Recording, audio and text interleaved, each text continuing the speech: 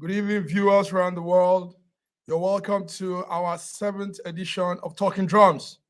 Talking Drum for global audience. Today, 4th of April, 2023.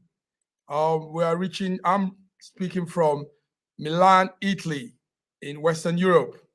And Talking Drum is our program where we look into issues, rub minds together, look into things that bother us, and also update ourselves on occurrences around the world.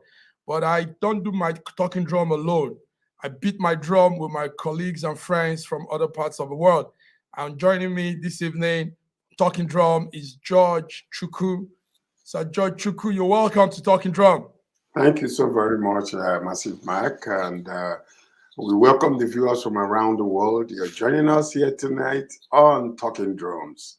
And we're going to be beating the drums of agony and excitement, enthusiasm, all the drums we're going to be beating tonight. So we just want to welcome, stay tuned, and we'll be with you. Thank you, George. All the drums will be beating tonight. Around the world, so many things are happening. We can't get enough of the news.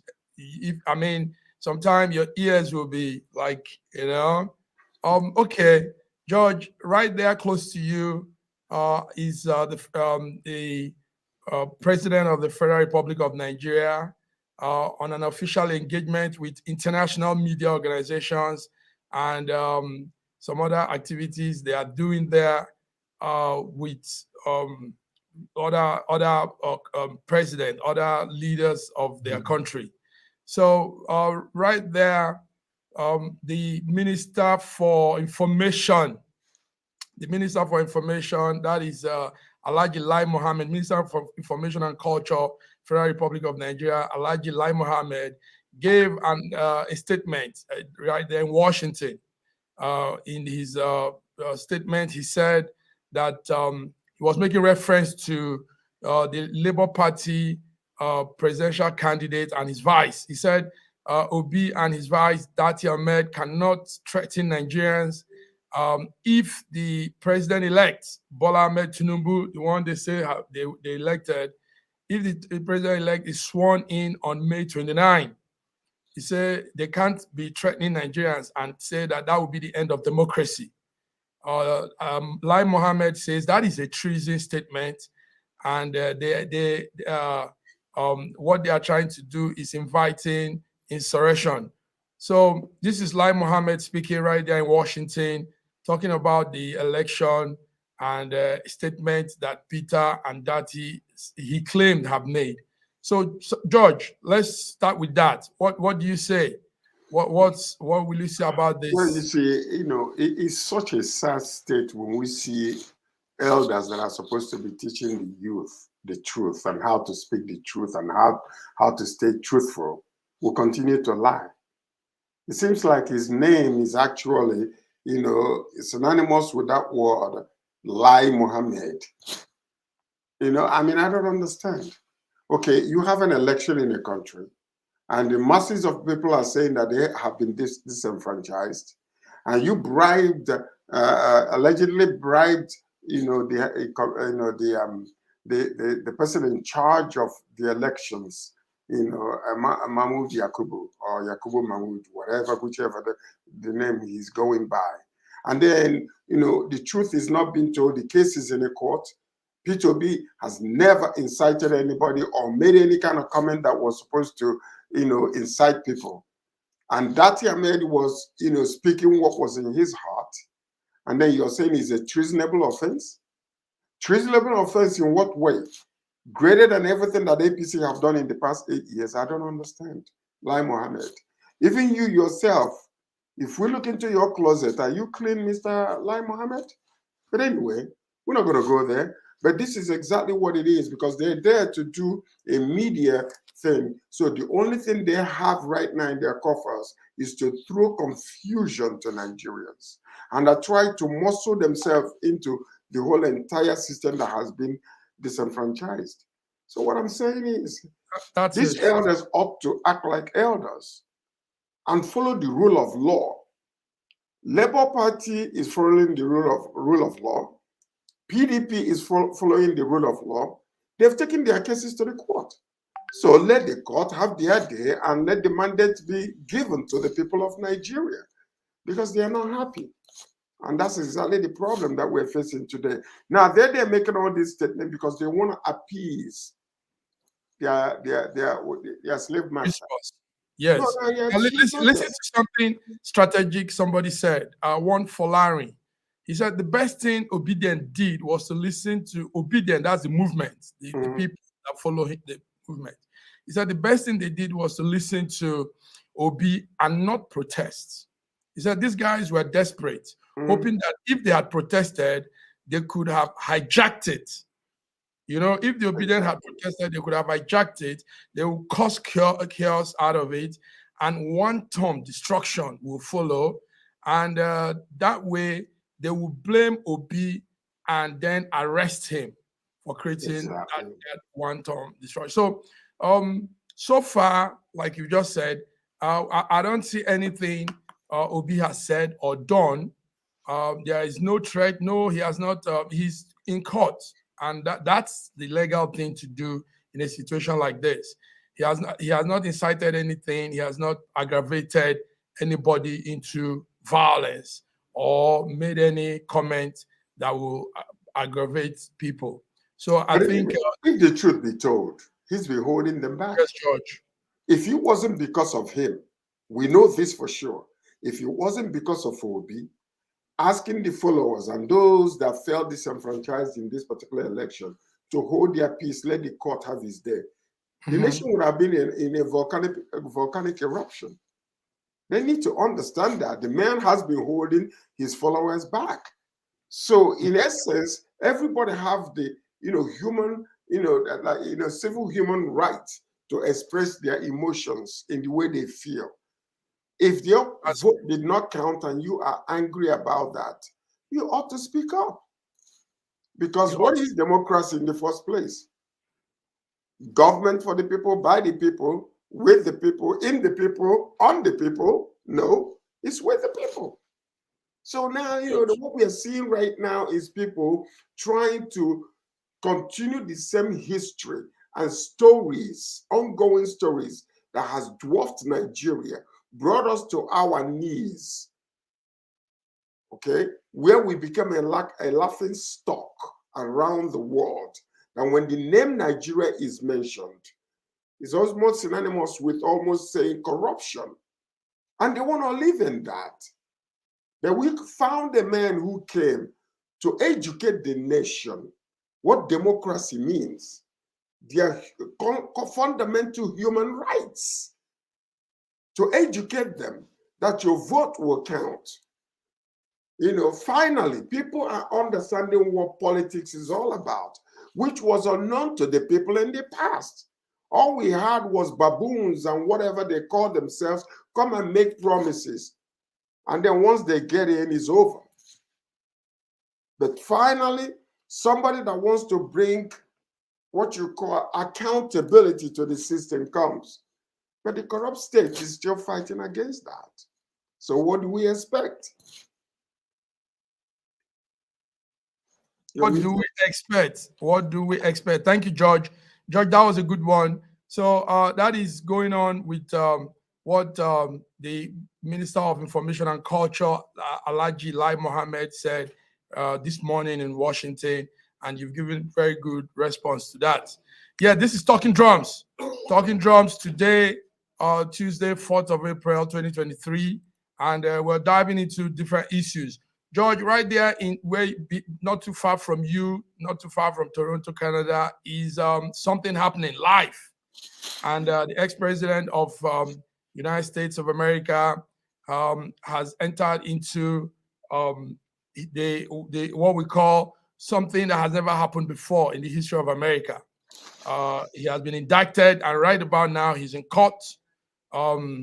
He's going through all the process, all it takes. Now the story is that in 2016, a case came up that Donald Trump had a relationship with a lady called Stormy Daniels, and in that relationship, a hush-hush money kind of thing was put around to keep her quiet.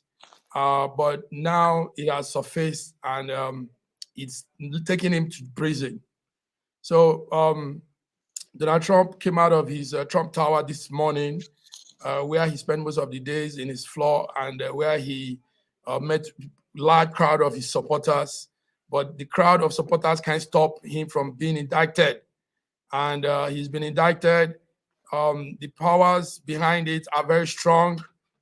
He himself says this is unbelievable. So what will you say, George? It's right there behind you. Now, George, one thing we need to know is there's a guy, there's a lawyer, the lawyer that indicted him, and that's I think that's a black guy called Ivan. Ivan is the lawyer that indicted him. Ivan Braggs is his name, a Democrat, and somehow now Ivan is being linked to George Soros. You know George, I guess you know George, and George Soros. These are the people that control world events and everything. So and George and Trump had this fallout years back. You know, George and Trump. Let's put some pictures up there. This is George Soros. He's the yellow, the fair guy, the white man. And Ivan Bragg is the black guy. That's the lawyer that indicted him in Manhattan. So the case is going on. Now, Donald Trump has denied both the affair and any legal wrongdoing. And he claims that Bragg is being funded by the Jewish billionaire George Soros, who he says somehow controls the money of the world. You know, that was what Trump said. So, but it's getting very funny.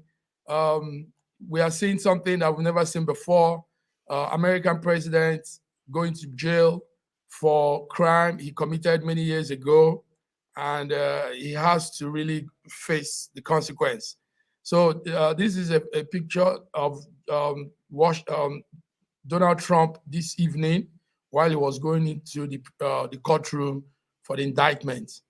So, George, what do you have? What will you tell us from your corner? Well, it's so amazing because when you think about Donald Trump, you think about power. You think about a man that is flamboyant, extravagant in speech and in everything else. You know, Donald Trump is a powerful force to be reckoned with. You know, and the thing is that they're trying to link the situation to a lot of things to give it, you know, a foundation, which is unfounded. It's all speculative imaginations. That's all they're doing. They, you know, they have no proof of, you know, linking, you know, Ivan Braggs to, you know, to state attorney to this man. They have none. You know, okay, let's just say maybe they have been in one event together or whatever the case might be. That doesn't mean that that's the motivation behind the indictment or what they are seeking against this man. Okay, so we know that when you talk about corruption, it's all over the place. You know, I don't think there's any particular place that's you know, that's not affected by corruption. But what it is conspiracy theorists will try to turn this thing around and turn it into something that it is not. And then Donald Trump himself, you know, is a media guy, so he knows how to take advantage of situation. So he's turning into this into a campaign slogan right now for people to give money. And I was reading about them boasting about how much money they have been making in this. So anyway, this is America, and that's how they're living, you know.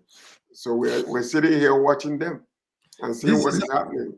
That's and this correct. is history that was made, you know, where a sitting president has been indicted criminally, you know, after his tenure. Now, it's never happened before in the history of America. But I don't think in America have ever had a president like Donald Trump. He's a single, person, you know, yes. among the rest. Yes, we've never. I don't think so too. But George, I'm sorry. We need to go back to a story because somebody is sending in a message here and saying we are misinterpreting what the Minister of Information and Culture said. Now, let me just say word for word what the Minister of Information said, and let the person understand that we're not misinterpreting anything. The Minister of Information and Culture, Alhaji Lai Mohammed, said that he has admonished the presidential candidate of the Labour Party, Mr. Peter Obi, not to incite people to violence over the outcome of the presidential election. So those are his words. And he said Obi and his vice, Ahmed, cannot be threatening Nigerians. These are his words. I'm quoting him line for line. Cannot be threatening Nigerians that if the president-elect Bola Ahmed Tinubu of the All Progressive Congress APC is sworn in on May 29, it will be the end of democracy in Nigeria. So he said, this is treason. You cannot be inviting insurrection, and this is what they are doing. So words for word, I've made that comment clear. We have Mayowa Emilorun. Mayowa Emilorun says we should not misinterpret what the minister said. So, but this is what he said, and that was what we said earlier. We didn't misinterpret anything. We said his words for his words, and but what George did was give his own his personal opinion to what the minister said. Is that not correct, George? That's exactly right. And you know, for the person who is also telling us not to misinterpret, you know, what Lai Mohammed said. You know, if he goes back and listen to what I said, what you said, and what Lai Mohammed said, whether there's anything different from that, you know, because you're going to have a lot of people, you know, I mean, people can misinterpret things in their own understanding. Yes, but yes, he's still writing. If we listen to what Ahmed, the LP vice president, said. Now, let's put the record straight. Like George said, none of the LP presidential candidate and his vice have made any statement that will aggravate anybody or put the country into any form of confusion. Like I read earlier, there is a statement people are saying, which is true, that so far Peter Obi has told his followers, the obedient movement, to stay calm and nobody should go into any protest of any sort, even though we've had protests going on in Abuja, in Nasarawa, and some parts of the country.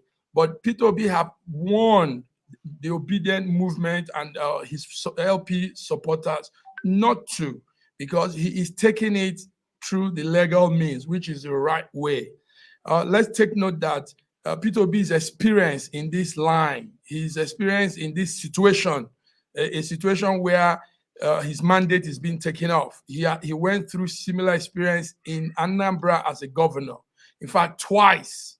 And he didn't do anything abnormal. He didn't create any hatred, any violence. He exactly did what he's doing now. And that is what every knowledgeable person will do. So Mayowa, this is it. Ahmed, the vice president candidate, yes, made some statements on Arise television, but those are his views. His statements cannot be used as a general statement from the Minister of Information. So everybody have their views, like George said. George, go ahead. George, say something. Yeah. So anyway, I mean, it's quite understandable where maybe somebody is listening, they didn't understand you fully or misinterpret what you are actually meaning and saying. That's understandable. We see that all the time. So, if you misunderstood, it's been explained to you and it's over. So, now when you really want to get into it, okay, what the LP Dati was saying was that if what they believe is true, and then on that May 29th, then the so-called president-select, as he said, is inaugurated. That is the end of democracy in Nigeria. Why is he saying that? Because Nigerians never trusted democracy before. They've been in the midst of, what I call deep corruption when it comes to those things. And frankly, it's been selection. You select who is going to rule you. It's not, people will go and then, do their own civil duties and constitutional duties to vote. But that's not what these people depended on to select who they wanted. So now, finally, something was introduced to the community, and that was what?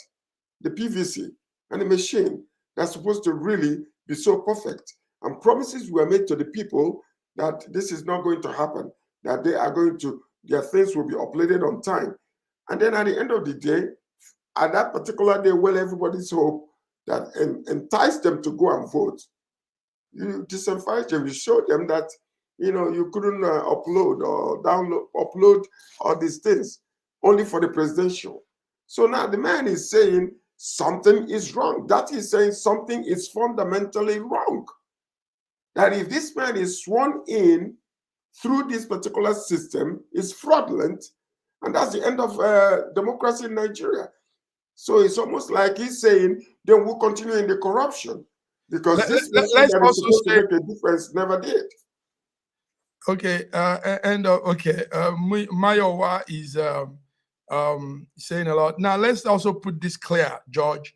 It's not a tribal thing. It's not an ethnic thing. Now, whoever has to carry us through as a president in Nigeria should be properly, transparently put there. We shouldn't have a hush-hush situation and somebody just imposes himself on us. He has to go. That person has to go through that democratic process and win credibly, win with all dignity, with all all it takes in winning, clear. So we don't need to have a winner coming from this whole mambo jumbo arrangement and coming to be the winner of our democratic exercise. So we are not against anybody. We are not against any tribe, wherever the person is. What we want is credible electoral practice, credible election, and something that the world also will clap and say, yes, Nigeria got this right this time. So we're moving on. Mayowa, we thank you anyway for what you're putting out. We appreciate your contribution, by the way. Yes, I yes. like that, yeah. Yes, it shows you're with us. Yeah, you're with us. And it shows you're with us, you're following. We thank you, we appreciate you. Keep the chats going on. This is it. This is our program we call Talking Drums for global audience. And today, Tuesday, 4th of April, 2023, Talking Drum is a platform for expression. We come out, we say things as it is. We don't add, we don't try to create any other kind of scenario as it is. So we're moving on, George. George, today in Europe is a big day. Finally, a country here in Europe, north of Europe, has joined NATO. Joining NATO means a lot for NATO and for this country too. Finland has joined NATO under the alliance of the Article 5. The NATO has an arrangement how you join. So the Article 5 means that a collective defense pledge has been put in place, and that means that there will be, yes, some level of security that will be brought to Finland, some level of protection, yes, that Finland will enjoy under NATO, under Article 5 of NATO's constitution. George, how do you see this from France, from Canada? What do you say? Well, you know, Finland that joined NATO Canada is a NATO member, and we enjoy that UN universal protection that comes, you know, because you have strong allies behind you. If anything happens, they rise up to join you in the war. So I think this is part of the reason why Putin is fighting with Ukraine, because they wanted to join NATO. And so it is interesting, and it's also very good when you think about it, because there has been a little bit of a tension between BRICS and NATO. You see that rubbing of shoulders going on. So this is good for NATO, because, you know, for a while it seems like BRICS has been picking up momentum, you know, to compete with NATO. And BRICS, you know, you have Brazil, you have Russia, you know, you have India, you have South Africa, and a few other countries that are joining. You know, so what is happening right here is NATO, you know, they have a little reason to flex their muscle, you know, to say we're still alive and we're still strong, because it's been a competition between the two, you know, and we see that the president of Russia, Putin, and the president of China, they've been pushing that agenda, because they want that division to take place, where they will have their own common currency, just like the euro and the dollar. And that's what they're pushing. So, of which, if care is not taken, they're going to achieve it very soon. They will achieve it. Thank you very much. So that was a picture of Blinken and some other officials, the Finland official and the NATO representative. Thank you very much, George. So yes, we're moving on. Things are happening all over, George. Let's come back to something that is of concern to many people now, and that is, where is Bola Ahmed Tinubu? Sorry. Yeah, well, you know what? There's been a lot of speculation about where he is and what's happening to him, you know, all along. Personally, unless I you know, coming from the media, you cannot say, you know, assume some things without letting the people know that this is your opinion, you know. Yeah, so I think that, you know, there's been a lot of speculation about him traveling to France, and that some are speculating that he's very sick. But I don't know if there's been any kind of credible source that can say for sure that, you know, our president-elect is sick. I don't know if it can be confirmed legitimately. So, but anyway, if that's not the case, we can all assume that he's sick, and hopefully, you know, for goodness sake, let him not be sick. Let him be well. We wish him well as an individual and as a Nigerian. Yes, for goodness sake. We wish him very well. We don't want him to be sick. Tinubu, please, don't be sick. Get well soon. Don't be sick. From a credible source, Sahara Reporters, that's owned by a presidential candidate also, Showore. Sahara Reporter is reporting this evening that he's in France, he's in Paris, and he's not really feeling well. And Sahara Reporter is also adding that there is this measure that has been put around him to make sure nobody takes photographs or use their phone to create image of him, so people won't see him. Now, I'm taking Sahara Reporters. I don't know if people, Mayowa is still listening. I'm taking Sahara Reporter news, the update to be to a level accurate, because I know Showore and his news. Most times he tries to get the accurate news. So, but anyway, nobody wishes sickness or affliction on his fellow human being. But we need also, at a point like this, we don't want a repetition of what happened in 2015 with our president, Muhammad Buhari. So if he's president-elect, and we've seen him as president-elect that night, then there should be statements and a kind of open air of what is his state of mind, where is he and all that. They can't keep that it's no more a hidden thing. This is a man that is coming to lead a people. So nothing should be hidden. I don't know, George. I don't know why Black people like to do this back corner thing at all time. I mean, why should our president be hidden if they say he's our president? Why should we be wondering where he is? I mean, America wouldn't do that. Canada wouldn't do that. Where I am, Europe wouldn't do that. Everything is open. If he's sick, come out and tell us. Let's understand. If he's okay, let's hear him. You know, that's how things are done. George, tell me. What do you say? Well, in a perfect world, that's how things are done. But we know that Nigeria is far from that perfect world. It's almost like a place of anything goes. And we're coming to that stage where everybody's thrown off restraint. You know, they do what they want with all impunity. So that's what we're seeing from the top 3%ers or 5%ers.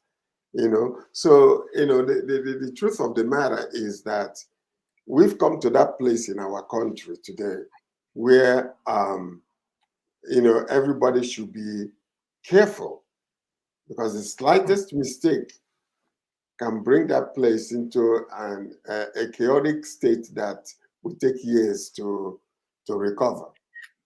Mm-hmm. We don't want any type of chaos in Nigeria, because we love our country.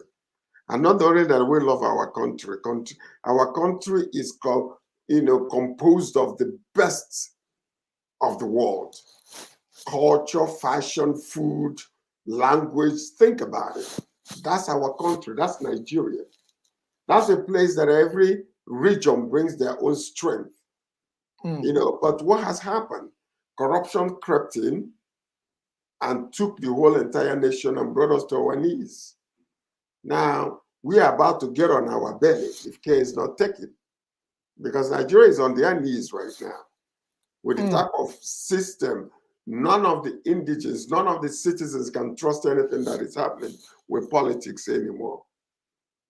I mean, that's the place where, even with the judicial system, there are question marks. There are no rule of law. The rule of law is only for certain people. Others can do their own and get away.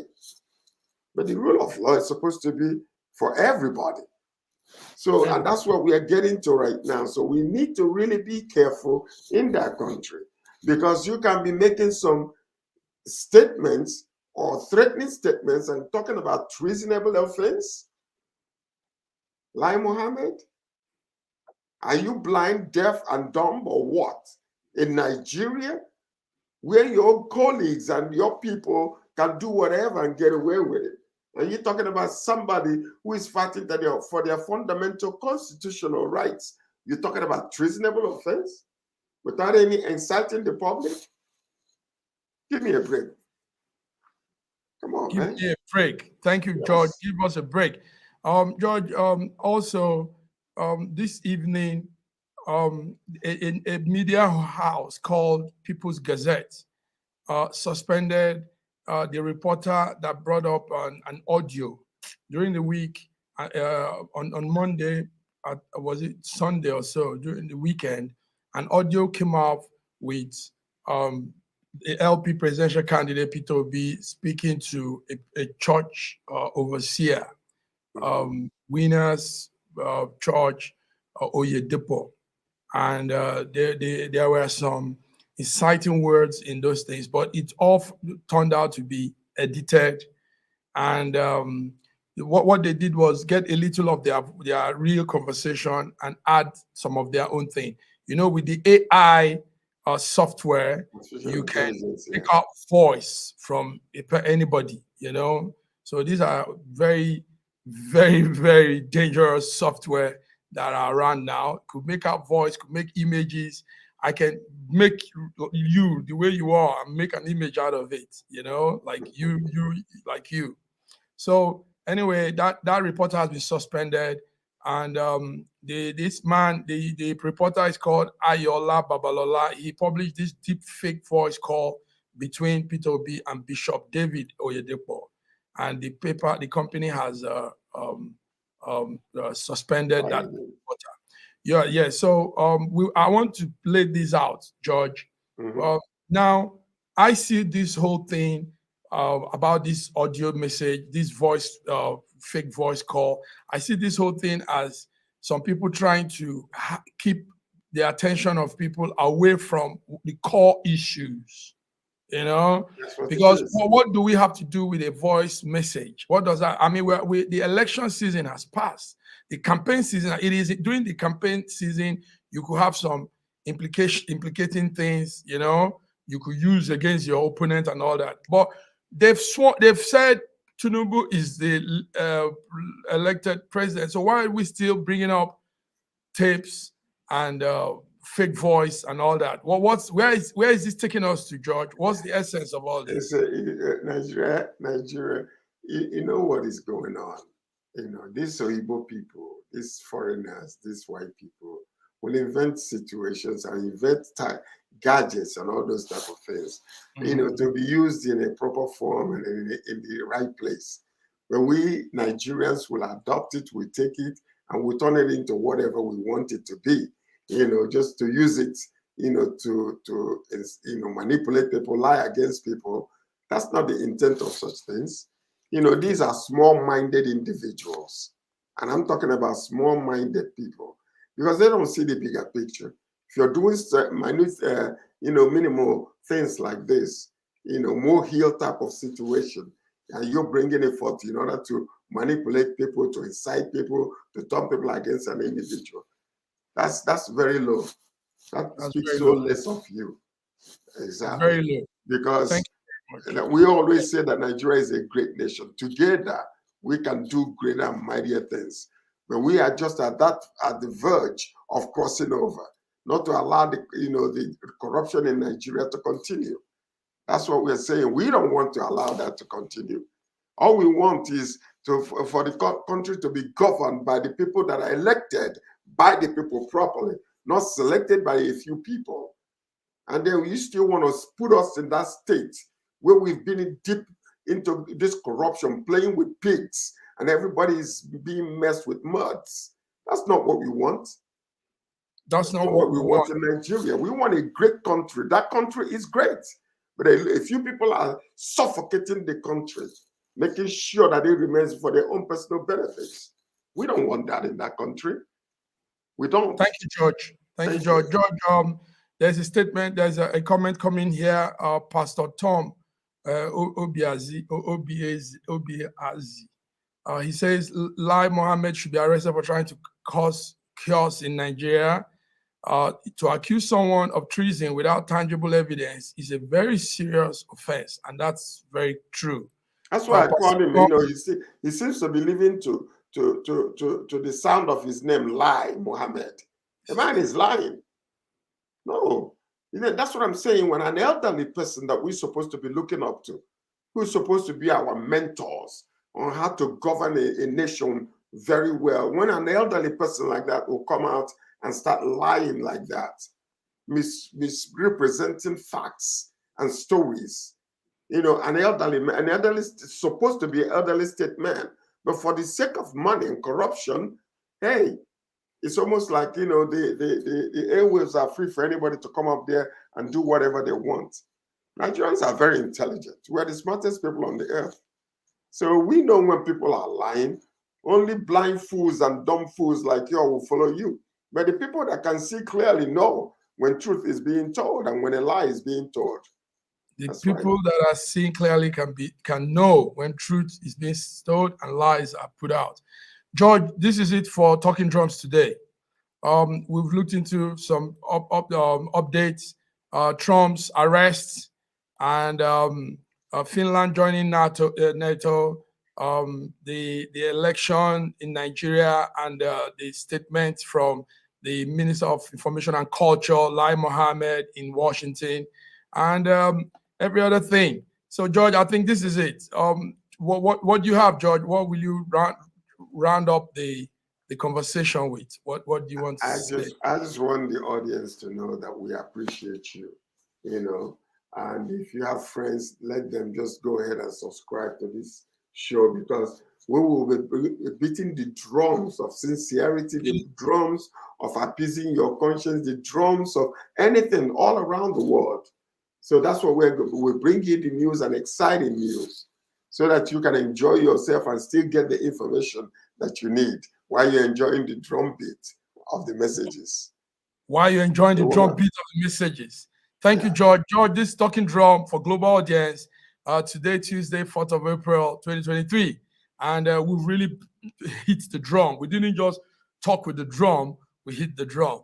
Thank you, George. Right. See you next time, same time, next Tuesday. Next Tuesday. Yeah.